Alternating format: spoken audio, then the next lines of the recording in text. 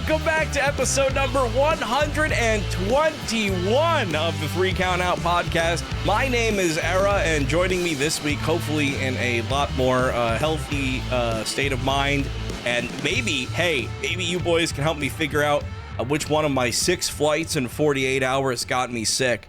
The Detroit duo, Jackal Joker and Big Man Mike. Boys, how you doing? It's a sad day it is. I never thought I'd have to cry into a bowl of Bootios first thing in the morning. I have cried into a booty first thing in the morning, but not a bowl of Bootios. Hi, my name's Jackal. Climaxing, of course. That's what I call it, actually. I do have a letter from corporate. Okay. Oh, shit. And they were coming. Fuck. Luckily, I mean, you two have been here since the beginning, and it has been amazing. I mean, you took something that nobody thought was going to last, and you turned it into something great.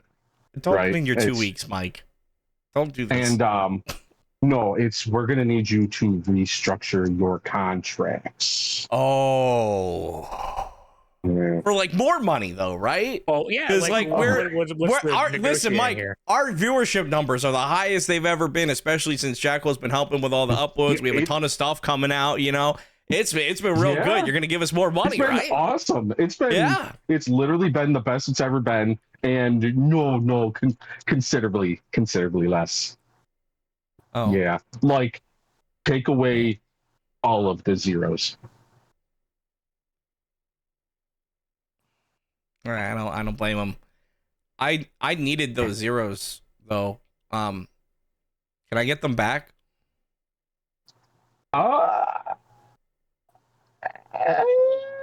You don't sound. We're you don't sound too. We're going with a younger podcast group. Even though I am the oldest by far, I'm so very old. We are actually going with a younger group. I know it seems kind of hypocritical and everything, but yeah. 3 Count Out 2.0. Those zeros back? No. Oh, wait, that's not us, guys.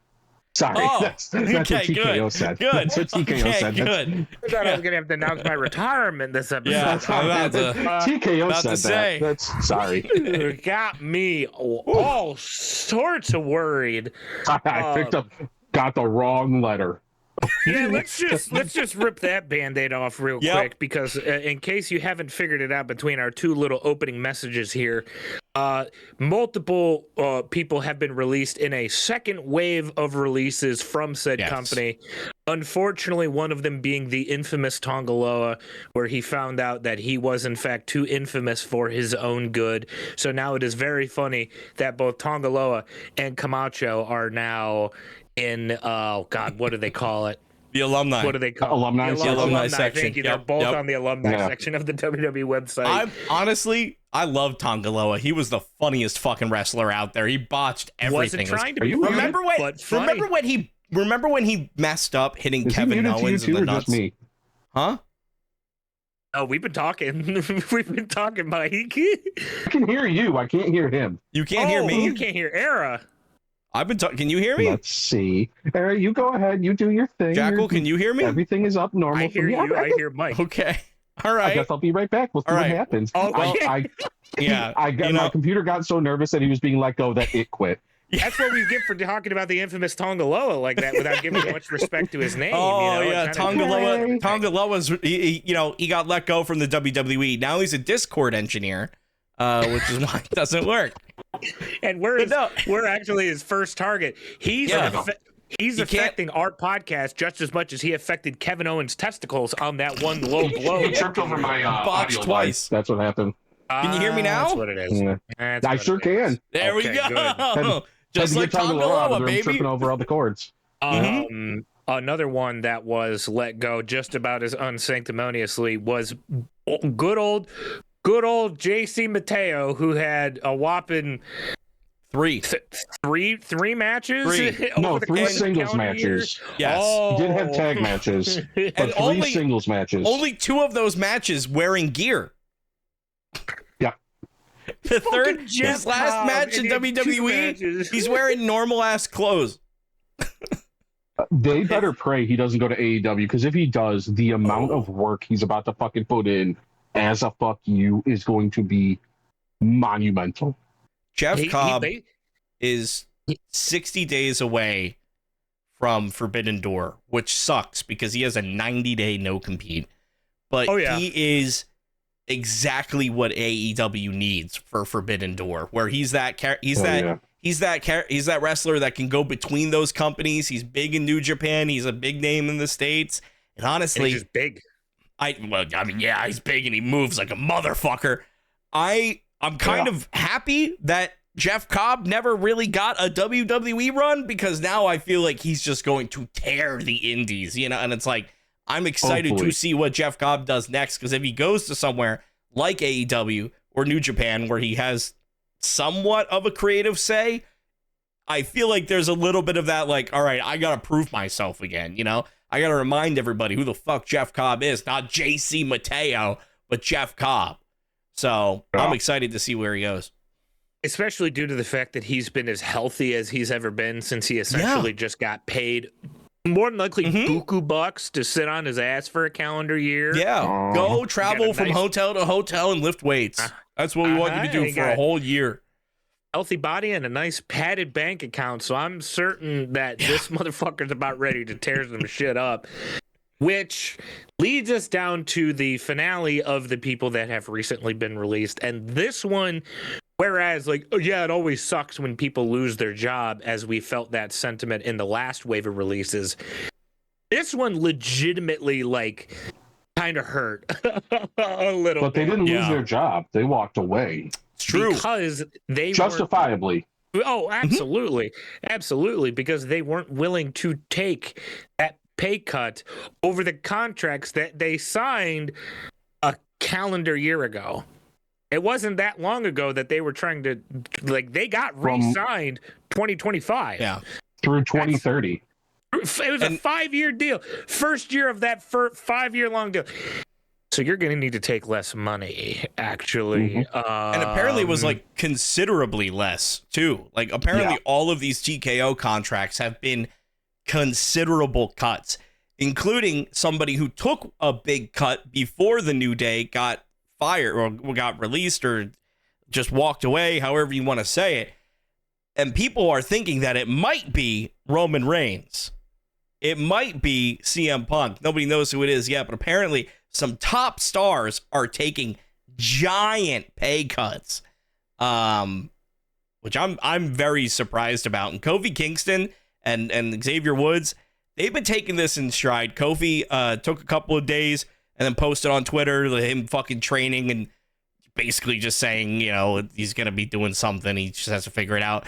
And Xavier Woods basically confirmed that he's just going to go back to being Austin Creed and, just continue the brand that he's built. I think he gets to keep up, down, down, which I hope he does, because that's not like... Yeah. It's WWE affiliated, but like they all have different names on there, and stuff like that. So maybe you can get away with it. It all depends on if WWE bought the rights or not. If he sold his soul to WWE, he's kind of fucked. Which I don't think he did. Yeah. No, but I mean, I hope not. As far as I'm concerned, like that's a massive hit to WWE. If they go to AEW, that is the amount of matches there that people want, right? New Day versus the Young Bucks, New Day or Austin Creed versus Kenny Omega. All these matches that have been teased for Swerve years. Versus Kofi. Yeah, and like, listen, Kofi. Swerve wants that bad. Yeah, and Kofi can still move too. Kofi is not.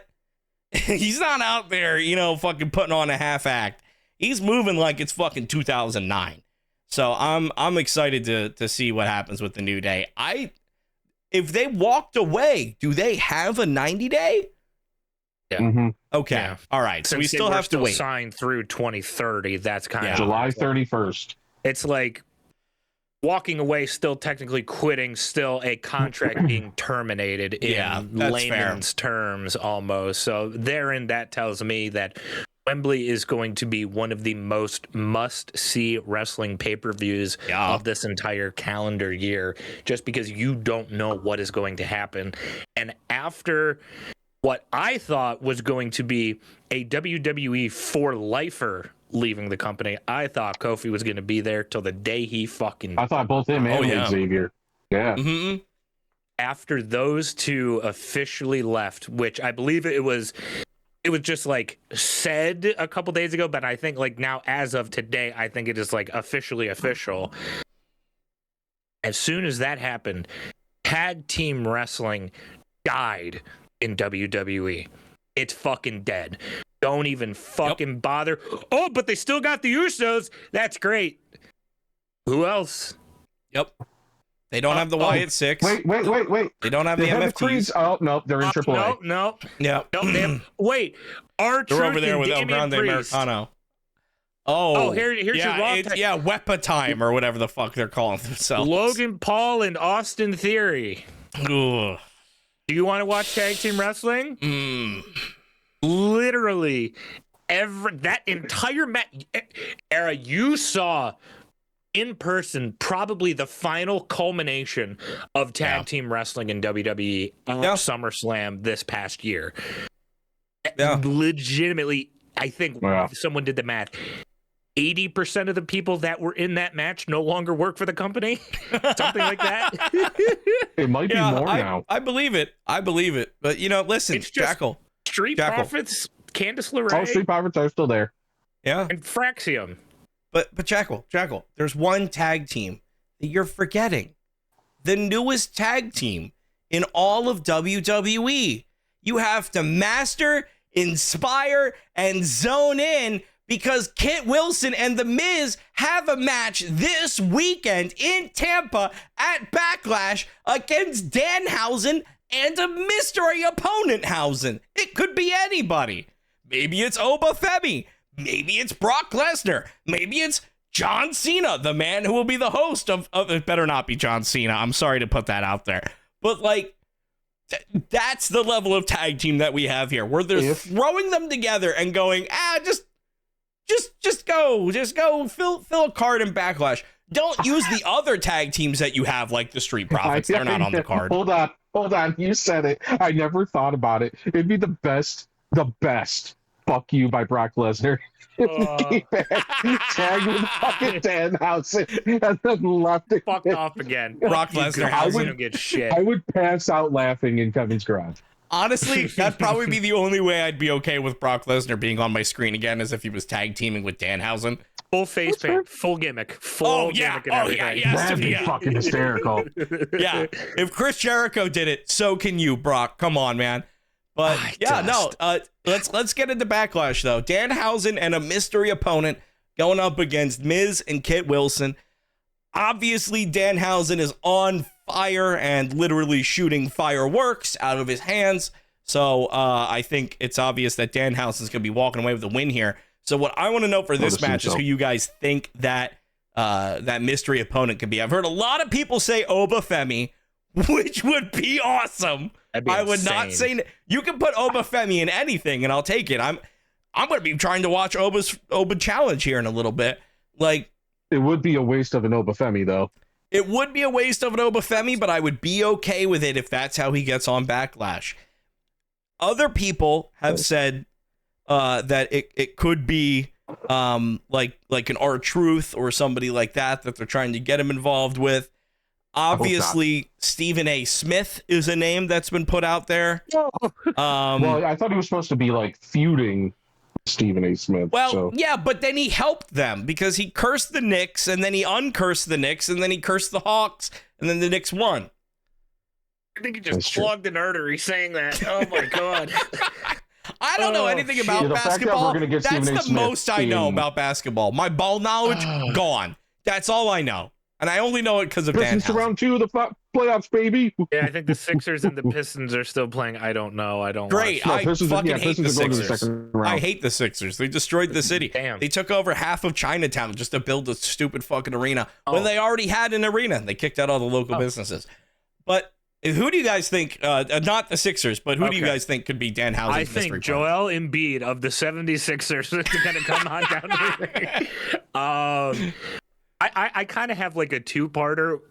Mm-hmm. One that I think might have the legs to happen, but one is just so dumb. I think with everything that he's interacted with the GMs right now, I think Adam Pearce or Nick Aldis going out to the ring to help Danhausen, I think would be fucking hilarious, especially if like Nick Something Aldis like is like, Danhausen, unfortunately, I'm retired. I won't help you. And he just rips off the suit and he's full gear underneath and everything too, ready to go. Some dumb Nick shit Aldis like is still that. jacked. He is. Fuck yeah, he is. Yes, he is. He's a big boy. And the other one is that I saw Danhausen's tweet where he said he will give $400 human to John Cena, Shawn Michaels, and the Swords to be unretired. So I think he's going to do just give me something so stupid. And in the words of the Miz, it's 40,000, dumbass. To which Danhausen reported, how many 400s is that? Where he's gonna say that he's coming down to the ring with the greatest of all time. And he's not going to say a name in particular. It's like, oh my God, is it going to be John Cena?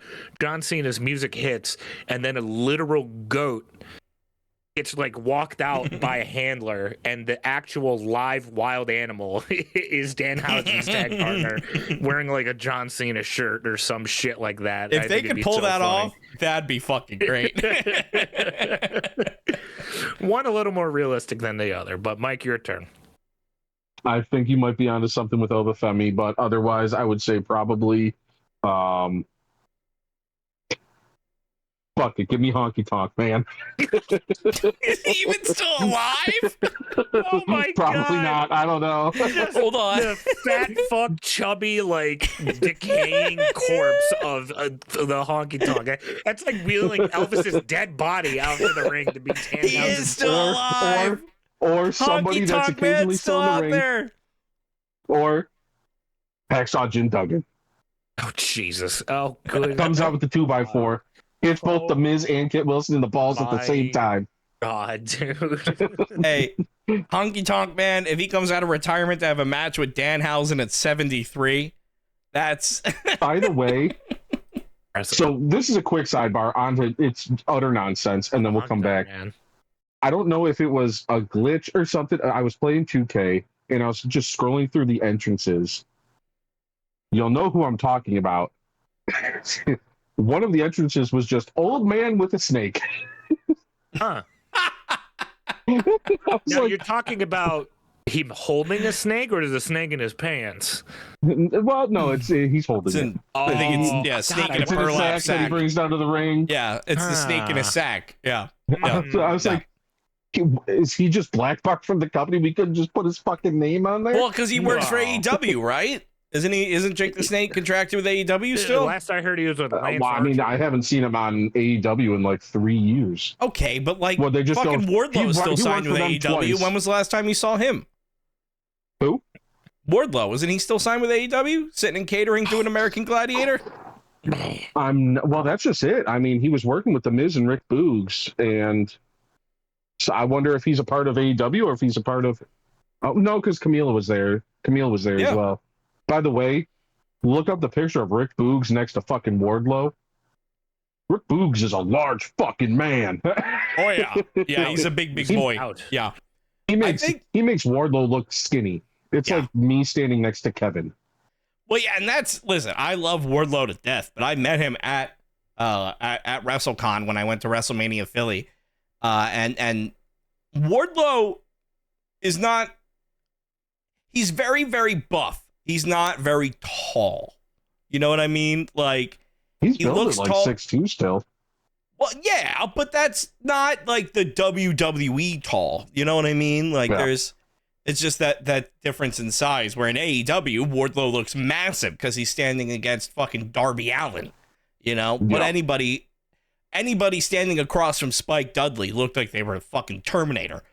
I think when it comes to Danhausen and his mystery opponent, honestly, the only one that I don't want to happen is John Cena. John Cena should not come out of retirement. Oh, he's retired. And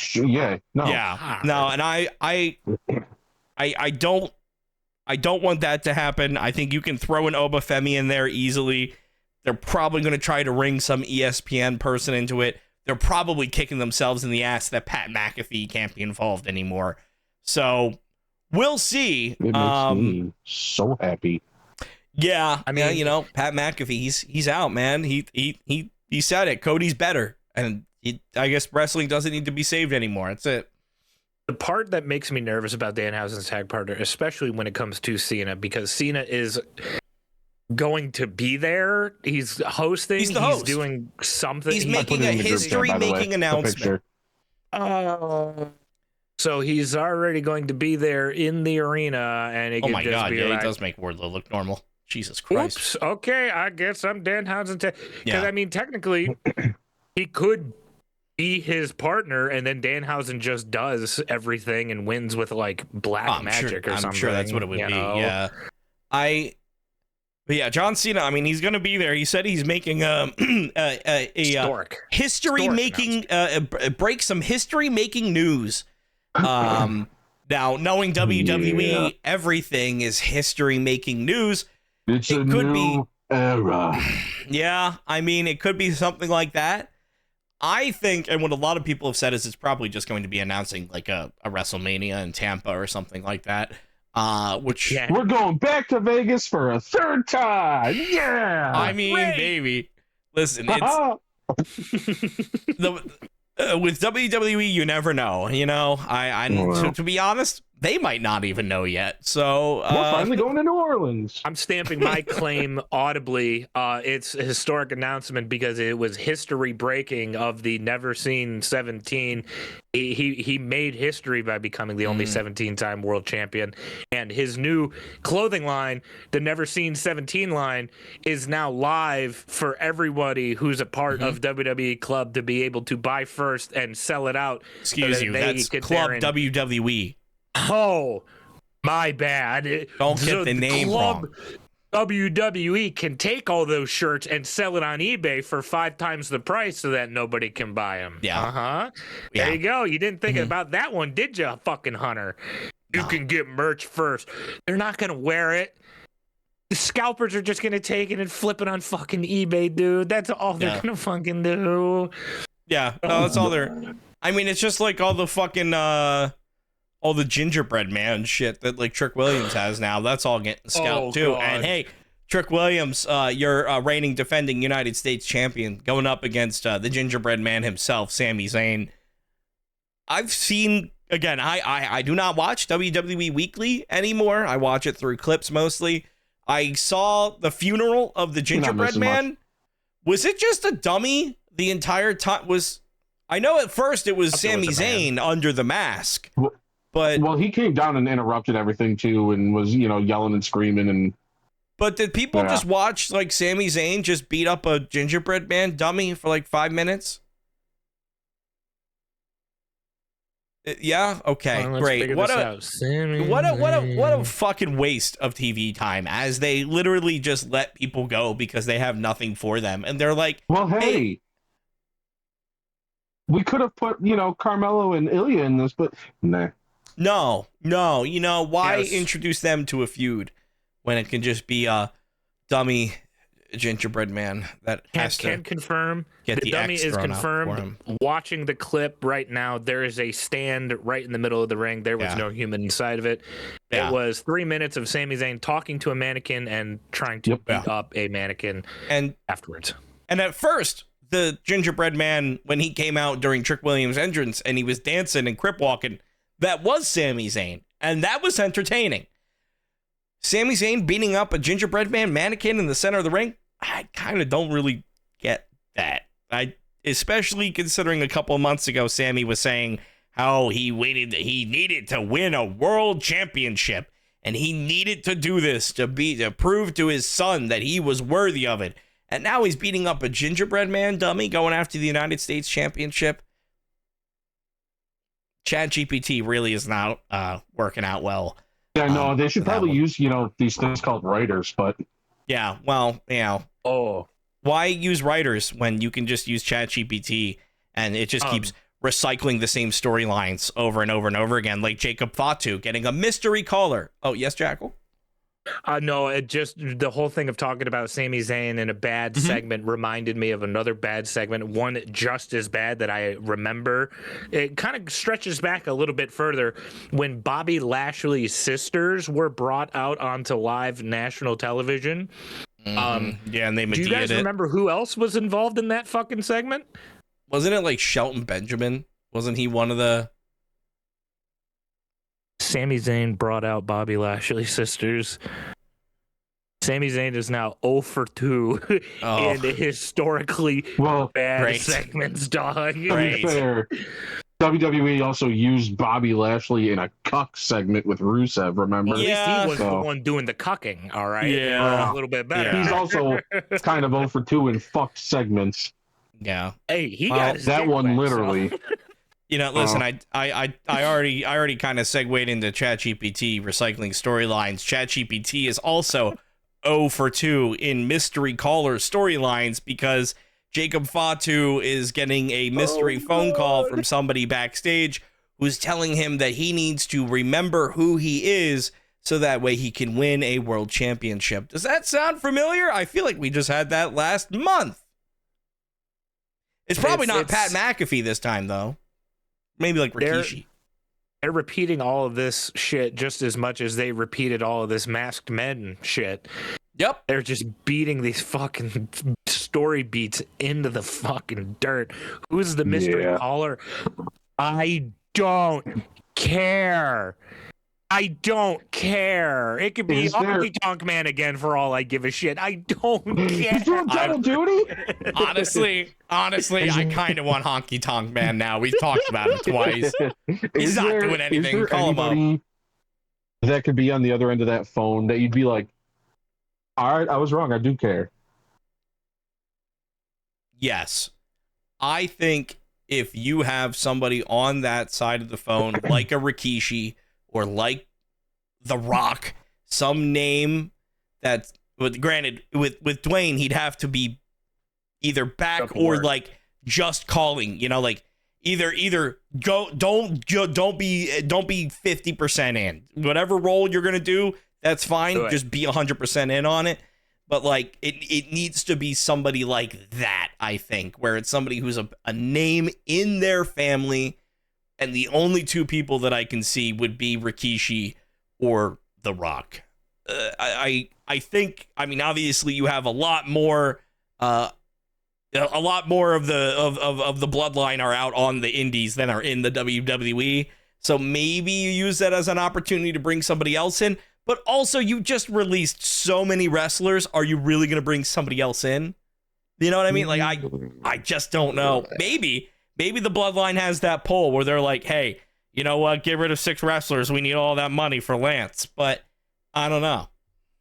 I think all of that does kind of parlay into the title match a little bit because it is going to be Fatu versus Roman Reigns for the World Heavyweight Championship at Backlash. I think this has become a lot more interesting as of late with the contract talks that started once the New Day got released because of that big name mystery superstar of like, ooh, who are they talking to that's going to do all this negotiating? Since there has been something that has been found as of late that adds a little more fuel to the fire, all speculation, all rumor, all hearsay, whatever, just covering my own ass now. Roman Reigns went from, yeah, we're going to fix this part-time shit. It's going to be the summer of Roman. I'm here all summer. I'm going to go to Backlash and have my title match against another one of my cousins again.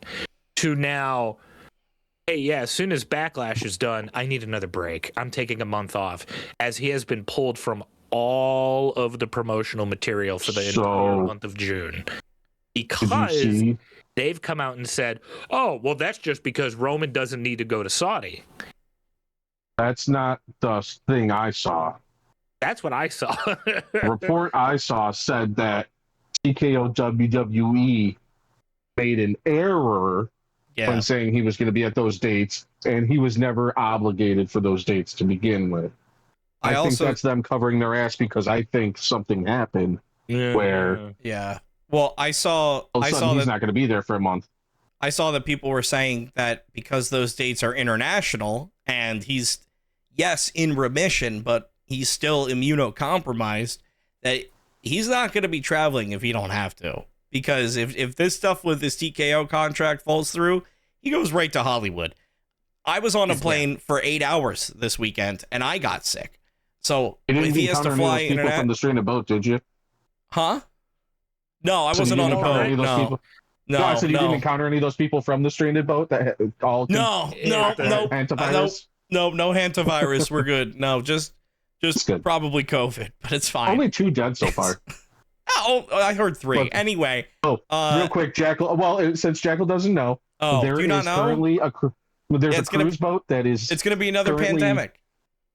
It's currently COVID-2 contained and in isolation in the middle of the ocean. Yeah. Because there's a widespread outbreak of hantavirus, and I think 2 or 3 people are now dead because of it. Yeah. And the fun fact on a cruise ship, when you die, they just put you in your room and put a blanket on you.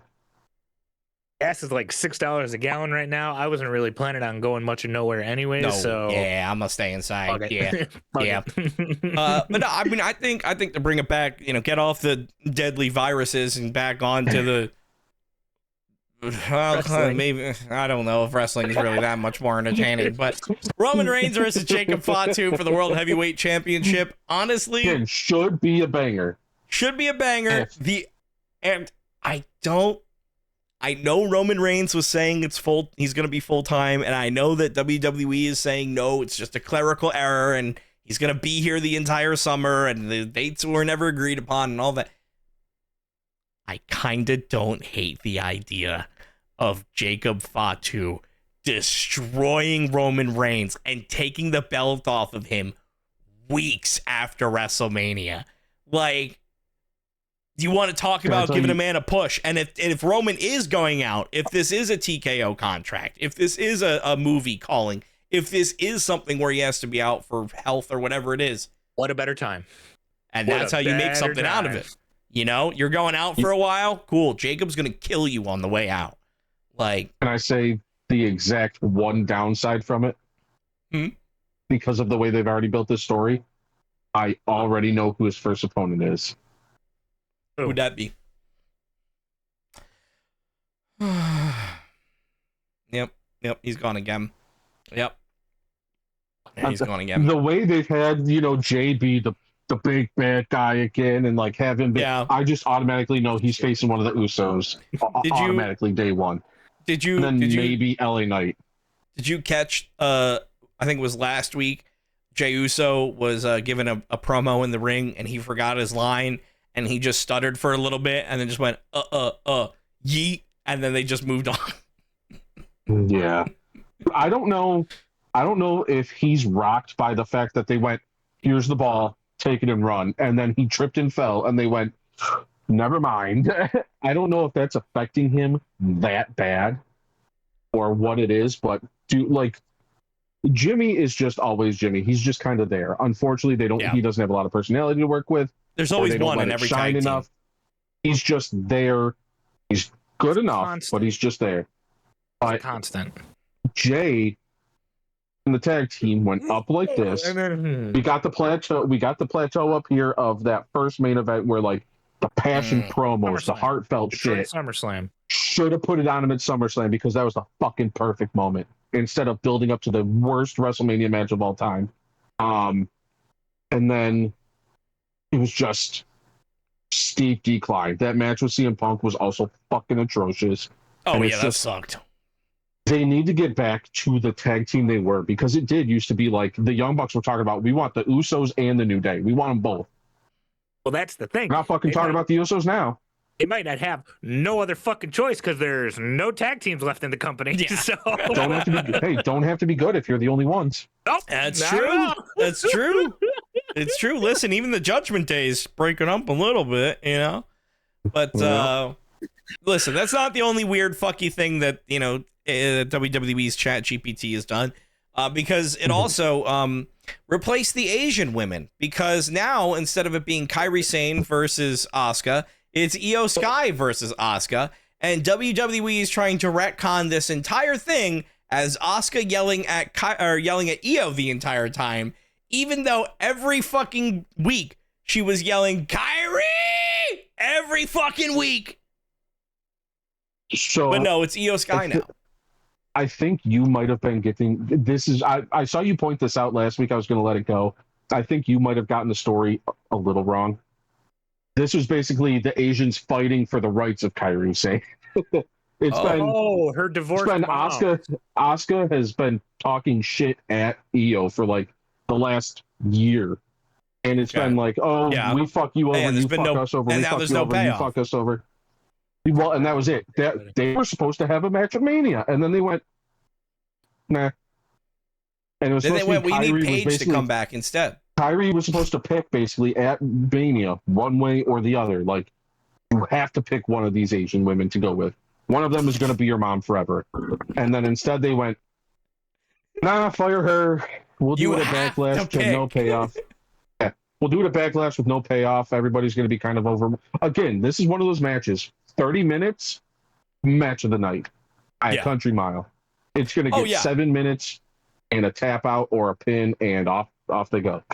Yeah. No, I mean, Io Sky and Asuka, it's not like it's going to be a bad match. Not by any stretch of the imagination. It's just a question of whether or not they actually let them wrestle. And I think if they do, this could be the match of the night by far. Io Sky is one of the best.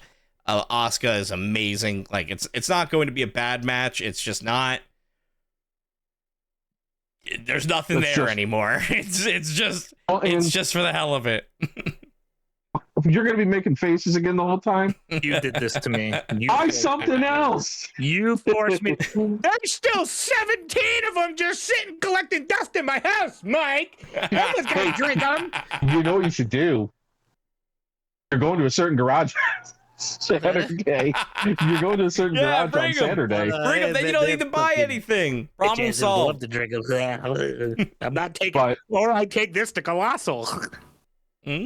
Good. Driving across state lines with booze is always risky, but it's fine. Don't tell anybody. It's fine. Don't. Police going to Ohio. They're like, you have to drink. If you're a police officer, don't tattle on us. Be chill, bro. Yeah, be chill. All right? Be cool. Be cool. Be cool about it. How I think Io Sky and Asuka have the real good opportunity to be very, very cool. However, I don't think they're going to get the time to be able to do so. It is going to be a 7-minute fucking match with Io Sky more than likely winning. Because at this rate, at this point in her career, Asuka doesn't need to win anything anymore. She doesn't. She still needs to stay credible.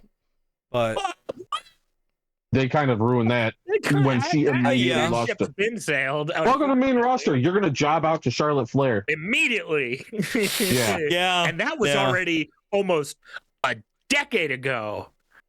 Yeah. If anything, the thing that Io Sky needs to watch out for is winding up pregnant, because Asuka still has that curse. It wasn't there like a stretch of like singles matches that she had going up against people that just the other women ended up very pregnant. Yeah, I think it was like Becky and then like Alexa. The weird power. The weird power. It's something in that mist. I don't know. That's all right. We know what's going to happen after this match.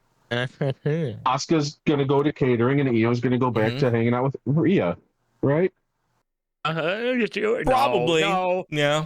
No, Io needs to stay on Raw. Rhea's on SmackDown. She does. Yes, you're absolutely right. Yeah. What's ChatGPT gonna say? ChatGPT's gonna say Io is actually going to be the one dressed up as the GOAT for Danhausen's tag partner and pulls double duty during Saturday night. That's what ChatGPT is gonna fucking say. I'm sorry, Jackal, you're wrong. ChatGPT says Io Sky puts on the mask and becomes Seth Rollins' mystery run-in when he goes up against Braun Breaker for nothing, because none of these men have championship titles anymore, even though that was the whole idea in the beginning.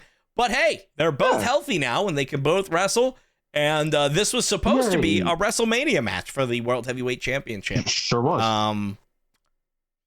Hopefully they still deliver. You know, I'm interested to see what they would have been able to do if they were at WrestleMania, because I feel like this probably would have been, especially knowing how WrestleMania went now, definitely would have been one of the better matches on the card. But, again, just like every other match, does WWE let this actually breathe, or do they cut it to 10 minutes so they can run ads? You know, like Braun Breaker, that's a real big name. Seth Rollins, that's a real big name. You need to put some commercials after those entrances. You can't. What? You want to watch a match and entrances you want it with no commercial breaks? Think about all the money that they can make there, right? Think about all the dollars that TKO can make just running commercials, putting fucking dude Seth wipes on Braun Breaker. Snickers. Braun Breaker's entrance brought to you by O'Reilly's. Oh, I thought it was the company parts. that made the stitches that are currently in the back of his head because Seth cracked him upside the head with a chair too fucking hard. Yeah. Hey, He's you fine. need an unprotected chair shot every now and then, especially on the Steiner. How else is he supposed to do his Steiner math? Yeah. You definitely need an unprotected chair shot. No, after Jackalmania, no the fuck I don't. No, I don't. Hey, if you want to watch Jackalmania, you can watch it now over on the 3 Count Out YouTube channel. All 6 hours uncut. I can safely say that one wasn't me. It's the full show. I put up the full Jackalmania 5 full it's the show. full show. All right. Show. $100 game, by the way. You can go in $100 game. You can find the exact moment where Fire Guy Kev went a little too hard and broke my fucking headset. So I had to buy a new one that makes me look like a little Swedish girl. Love it. No, it's okay. You pull it off. But you're our little Swedish girl. Mm-hmm. Works a lot more when you're actually wearing the dress. Yeah. Oh, you don't want to see the skirt I got. You better wash that maid dress and get ready for Colossal. But anyway, listen. Seth Rollins versus Braun Breaker. No title on the line. Probably Braun winning, even though there's no title on the line. Braun 30. Yeah, that's what I think. Probably dirty. Paul Heyman is definitely going to be out ringside doing his Paul Heyman things. So probably him stepping in, doing some bullshit. Again, if they let these dudes actually wrestle, could be real fucking good. If they do it in 10 minutes and fill it with ads, I'm all right. I'm good. I'll pass. It sucks. And just looking at the wait, guys, but what about what? Gunther just said he was going for Cody. They must have a match, right? No, I don't think so. Oh. Do they? No. Do they? Where else loves Gunther more? Good. Tampa doesn't love Gunther. You know a good location that loves Gunther? Saudi Arabia. Yeah. Like Saudi Arabia. That's where they're going. Oh, that's right. Remember when Saudi Arabia had that one fat dude that was like, because they wanted Yokozuna, but Yokozuna's been dead? Just a one-off. Do you think Gunther's going to go kill his career in Saudi Arabia? He only had like one match.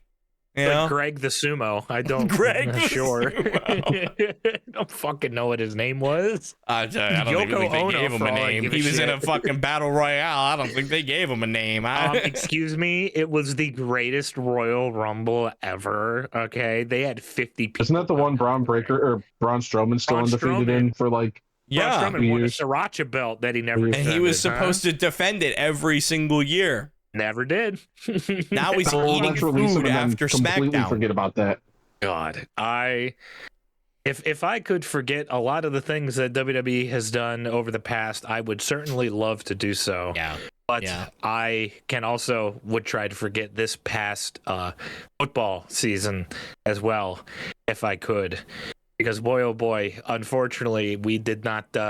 Thankfully, Our streaks have now been amended a little bit to where it's not every single year one of our teams make the final four of the playoffs or the championship, because the Michigan Wolverines were college football champions when the podcast started. Then the Eagles were the Super Bowl champions the immediate year afterwards. Mm-hmm. Last year, not so good, but thankfully, not a great year. Eagles. Michigan basketball. Eagles made the play. We don't talk about that shit here. What the? Boo, you, Mike. Hey, it was the first time they won in like 40 years. That's the first.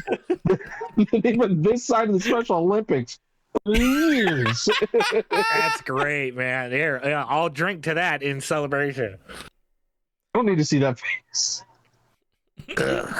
It's so good. It's not good beer, is it, huh? You're not selling it. You're not selling All it. right, so Era, that beer, it's a little more expensive down here in the UP. You could buy that 30-pack for $12.99.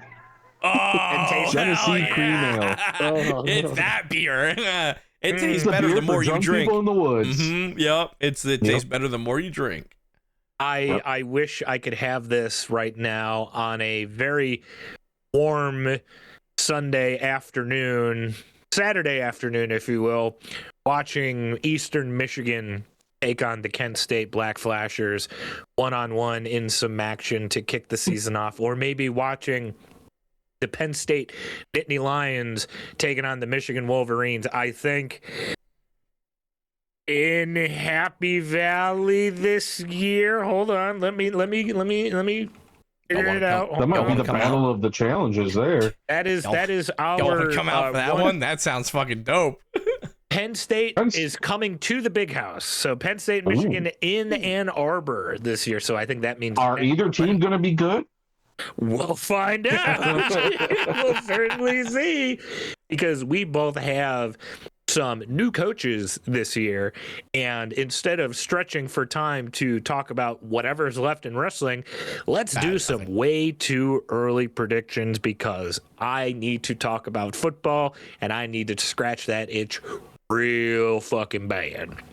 They make cream for that. Can you send it to me? I ran out. Yeah, I got you. Okay, thank you. Don't share that cream. What? I never said I was gonna. Who am I sharing it with? I just said I ran out. He needs to send me more. I thought you wanted to beforehand.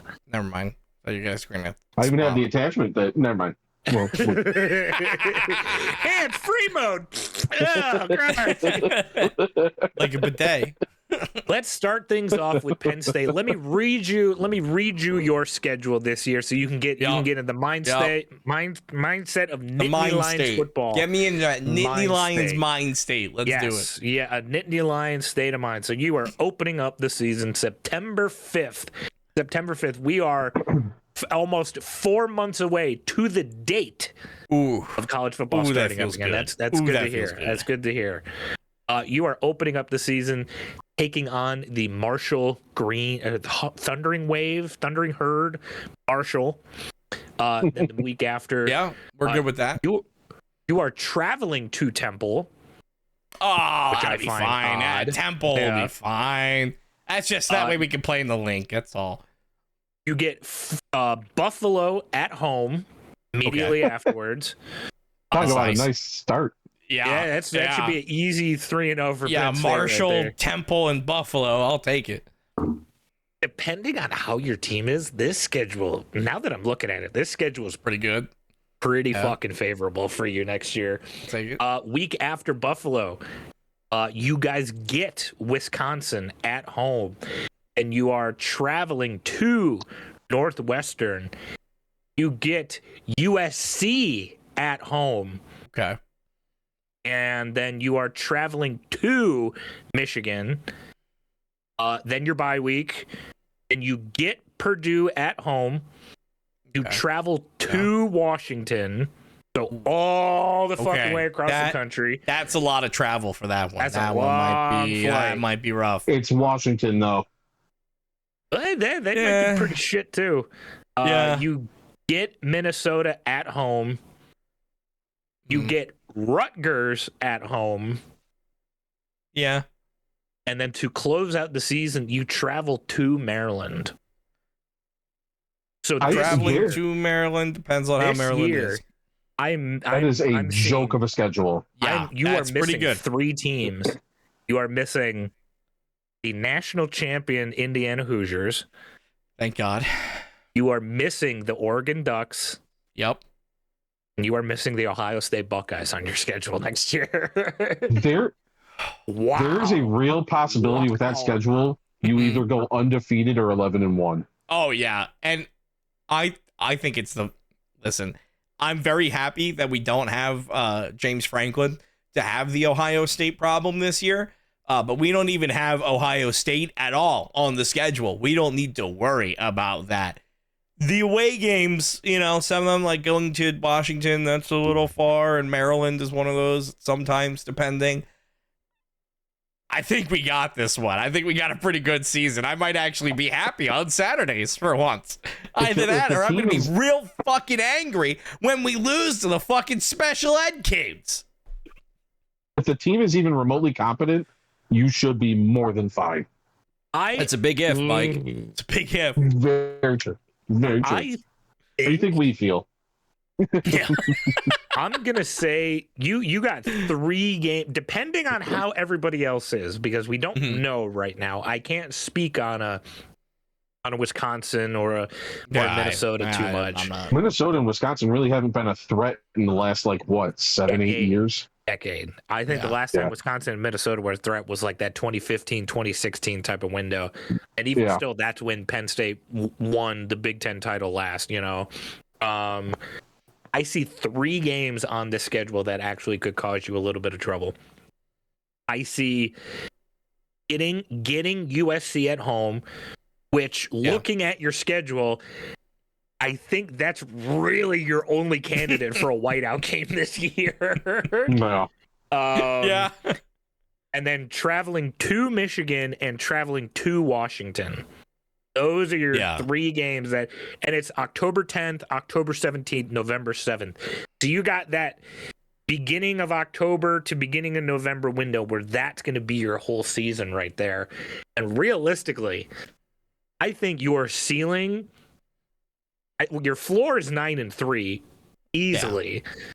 Like that is the worst that you're going to do this year. And in theory, it should be. I think your ceiling's 11-1.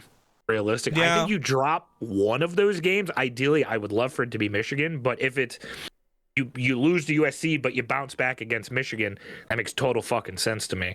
So I'm gonna say, and I think ceiling 11-1, floor 9-3.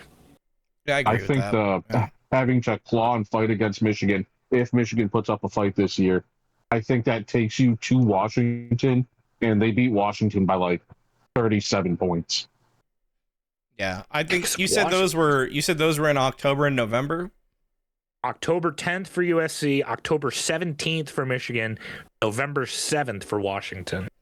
Okay. Yeah, I think at that point it kind of really depends on how healthy the teams are at that point too, it's a little bit later into the season, so a game like Washington where the travel is hard. If they're beat to shit by that point, we just need to show up. So I agree with that. Though, right? No, Washington is not off of a bye. Purdue the week before is off of a bye. Off the bye. Okay. So we whoop Purdue's ass and take that momentum to beat Washington. Right. You get USC, Michigan back to back, which that's really your only rough stretch all season. Yeah. And after Michigan, you get the bye, then Purdue the rest of the way. So I'll take it. I mean, look, team-wise, I think there's a lot that Penn State could do right. There's a lot that Penn State could do wrong. So I think you could say the same fucking thing about Michigan. My God, especially with all the recruits that went. You know what?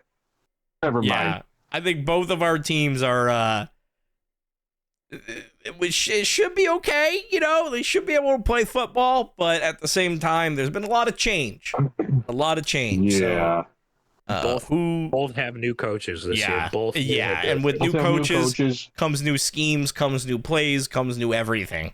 So Michigan lost a lot of recruits. Michigan lost a lot of players in the draft. Yeah. So it'll be an interesting year for Michigan, I think.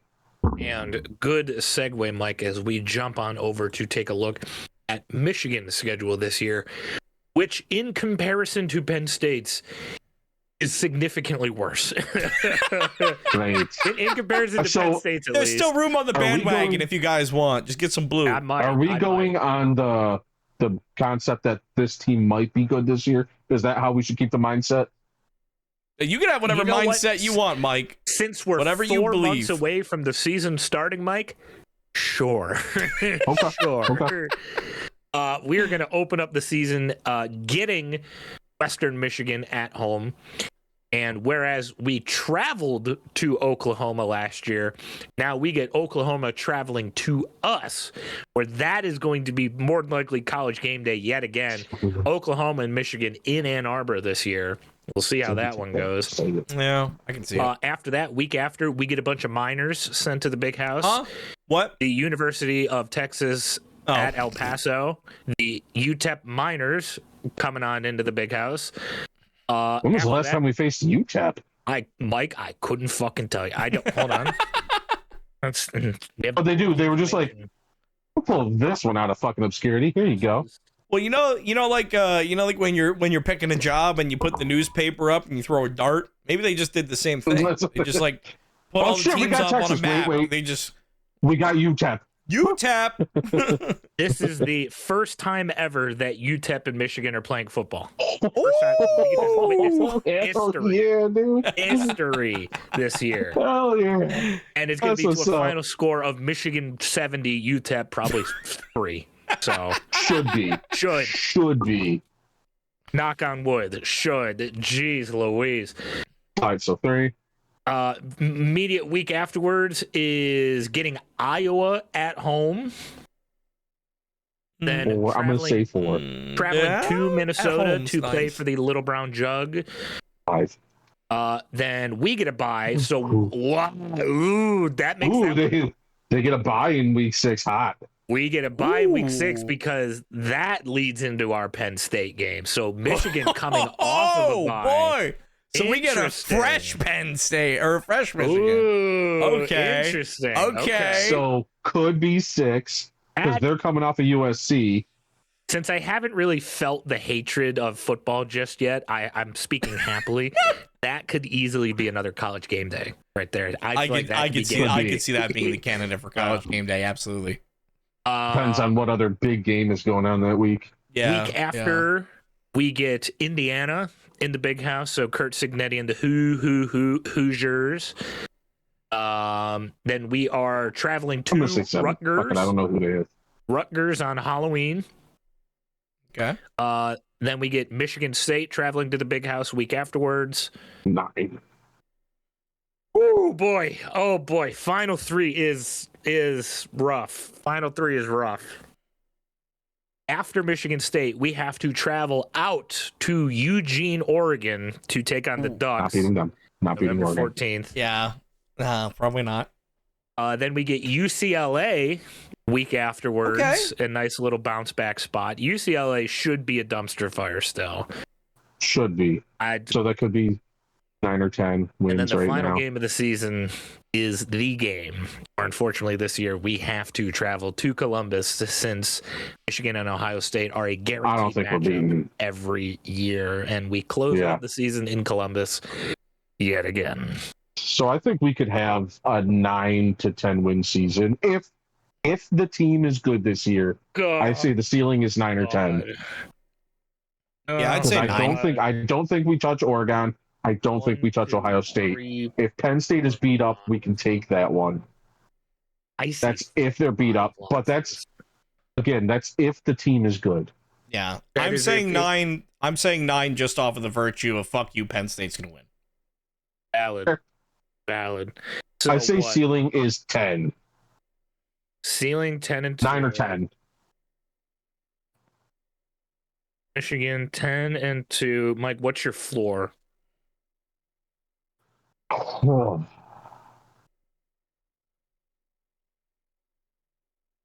7 and 5. Yikes.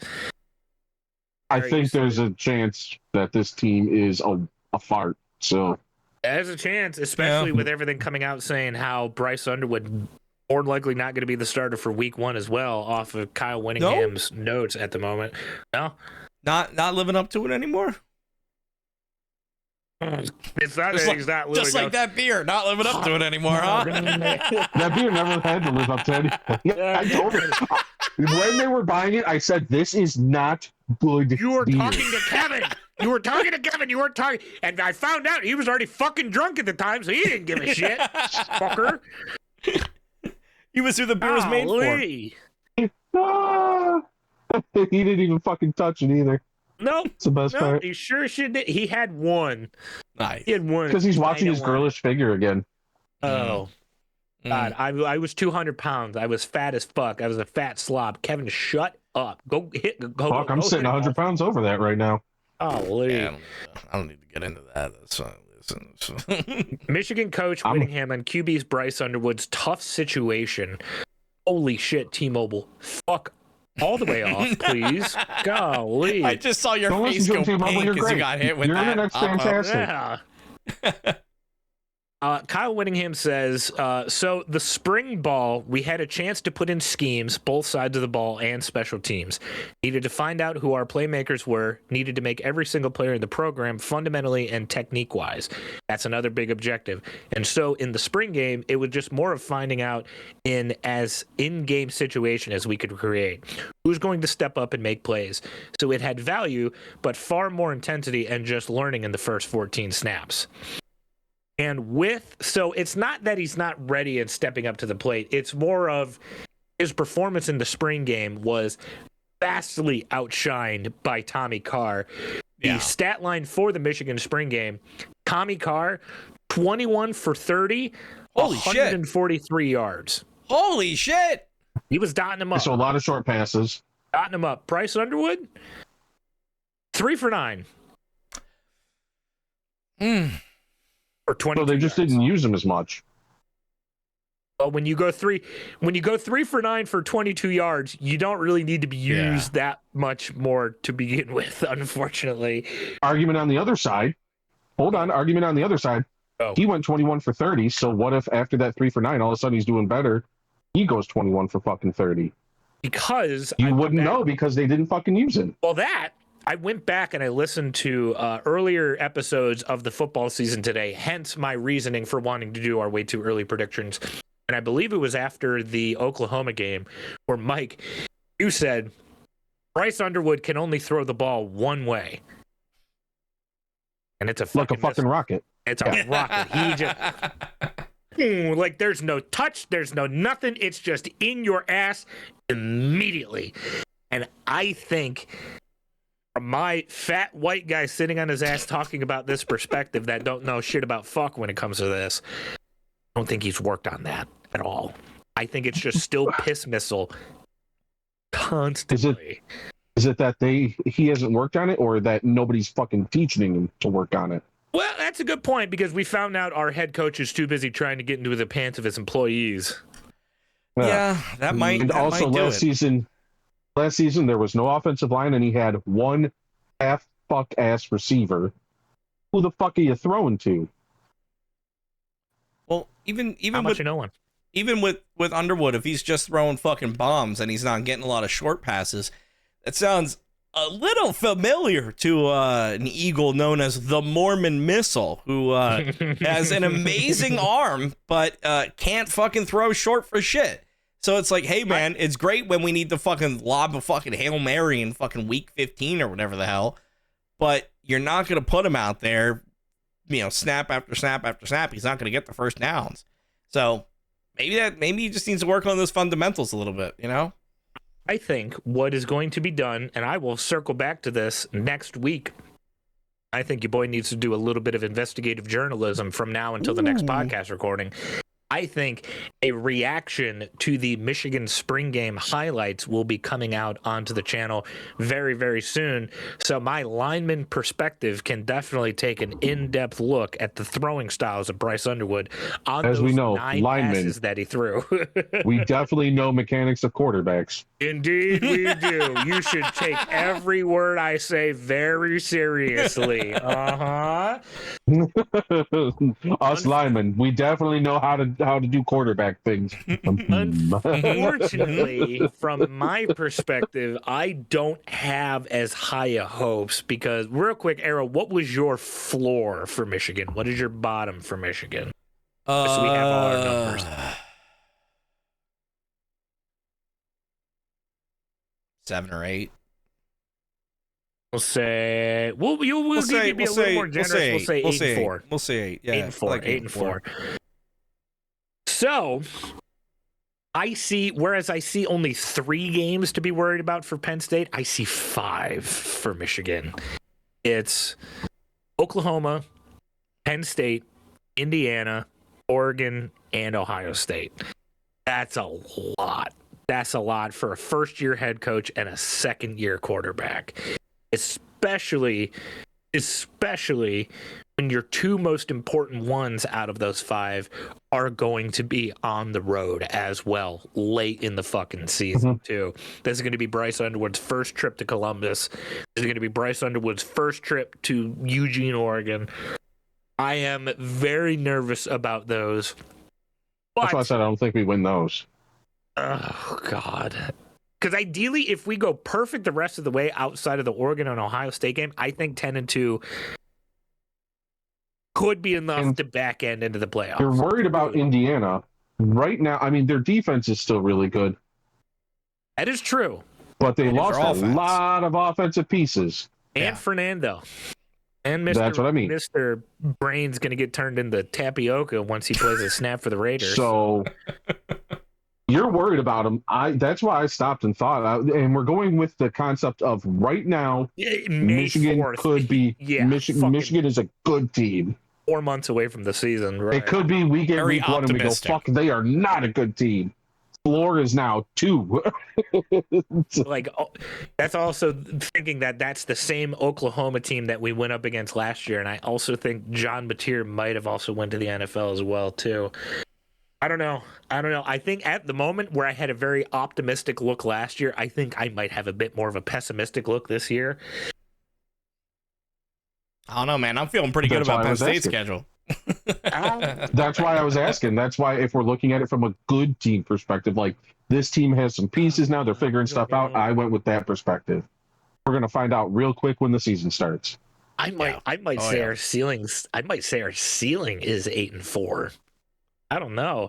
Ceiling's 8-4. Even if we beat like a Penn State or Indiana, who's to say we don't turn around and bumblefuck ourselves against Iowa? You know, entirely possible. When Michigan has been known to do that, especially as in the past. But I feel like you could also make that argument with any game for Michigan this year. Like any game, even the ones that should be easier, the ones that you should be, you know.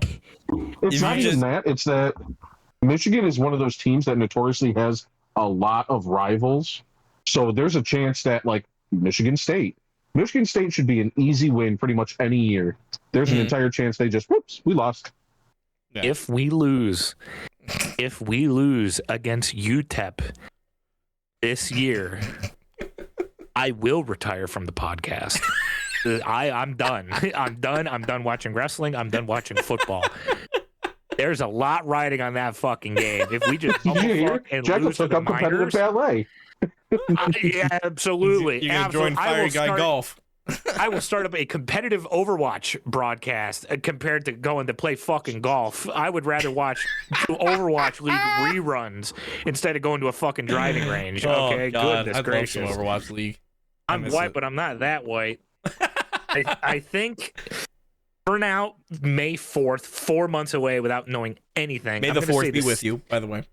May the 4th be with you. The ceiling is 8-4, and I'm gonna say the floor. I'm gonna say the floor is 6-6. I'm gonna say the floor is. Season, you thought I was being rough at 7-5. Good lord. Barely bowl eligible. It's like we beat Western Michigan, we beat UTEP. I think we can handle Minnesota. We beat Rutgers, we beat UCLA, and I think we beat Michigan State. There's 6. Everything else is like, I don't know. I don't know, man. I think just seeing the schedule this year made me realize, like, oh boy, this is for realsies now, huh? Yeah. Okay, all right. Well, here goes nothing, I guess. And I think I am now. Oklahoma's game 2. Oklahoma's game 2. Oklahoma's game 2. That'll be the one where we really know. Well, Oklahoma's the one we'll really know. Like, hey, is this Michigan? Or is this last year Michigan? It's a nice vibe check. If they blow that game and get their ass whooped, then we can be like, all right, cool. This team is going to be ass this season. We don't really have to worry about it. Yeah, at least now we know. And thankfully, I've scratched that itch. I now have gotten some college football out of my system, and just taking a look at some of the week 1 matchups that we get.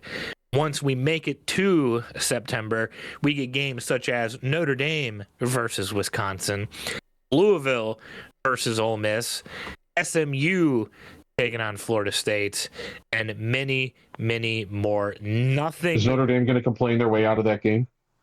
But probably, yeah. They're going to complain the entire season. Might. Yeah. We have to play week 1? That's absurd. Yeah, come on. What are we doing here? Looks like also headlined Clemson and LSU. Looks like that could be game of the week as well, right there, too. God, 4 months. 4 months. 4 months. There. It's going to fly. Where's fuckbag? Mahomes Jr. Where's he playing again? Oh, he's went behind to Oregon. Oregon. Yeah, he's playing backup. That's right. He thought the Oregon starting quarterback was going to commit to the draft. And he thought, yay, the Ducks are mine. And the Oregon QB went, I guess I could do another year. And Dylan Raiola went, fuck.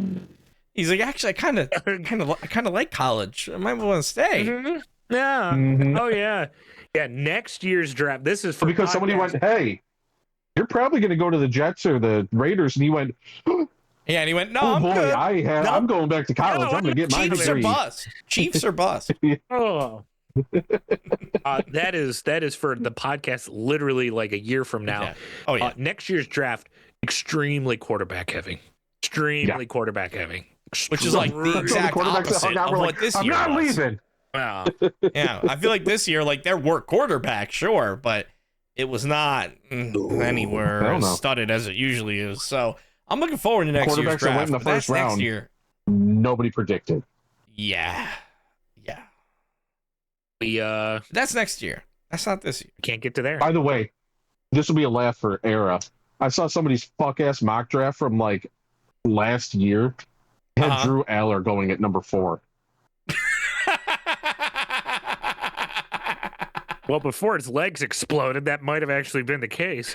Maybe, but the world will never know.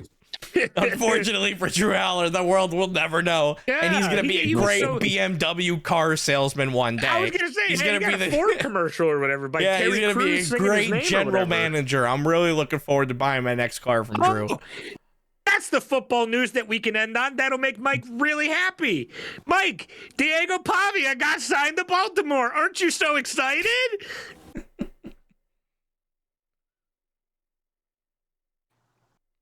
Nope. I watched the thought form in his brain, and he probably went, wait a second, I can just leave. Wait a minute.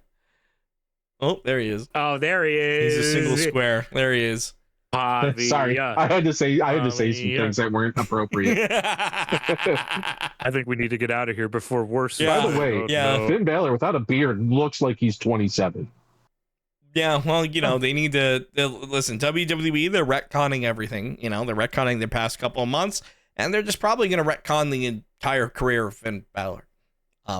Well, now he's just battling all of the Judgment Day men, so he's facing JD McDonough tonight. Oh. Again, didn't they fight last week? Probably. Oh. But yeah, more on the Diego Pavia thing. They go, well, he's struggling in minicamp. Maybe because he's the mini in fucking minicamp. Duh.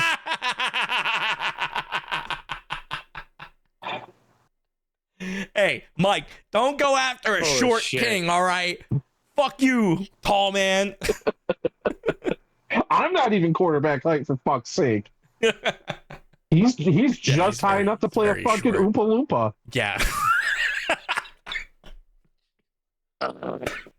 That's the face I make whenever people talk about Diego Pavia. Height? I saw a picture of him compared to a football player. He does look like an Oompa Loompa, but what's his actual height? Because I'm sure if he stood next to me, he looks like a fucking Andre the Giant next to me. I like how he says he's 5'11". He's 5'9". He's 5'9". So we're about the same height. When he got measured at the combine, he was 5'8" and like some change. We're about the same height. Okay. Yeah. All right. Yeah. All right. Era, you think he could make it as a NFL quarterback? Well, I have nowhere near the athletic ability of any kind of quarterback. However, here, hold on. We'll practice. Yeah. Oh. Open. Yep. Here, catch. Ooh. He's bad at this. Yeah. He just cleared that wall too. You think it was there? We just fixed that wall from the last time he ran into it. Do you want the pin? I feel like I've gotten it the past couple weeks. I guess I'll take it. That's fine. I'm just gonna. One. Yeah. All right. Yep. Go all ahead. right. 1, 2, 3. That's it. Ring the bell. Ring the bell. All right. Oh God. Maybe we should retire Jackal's number in the ambulance.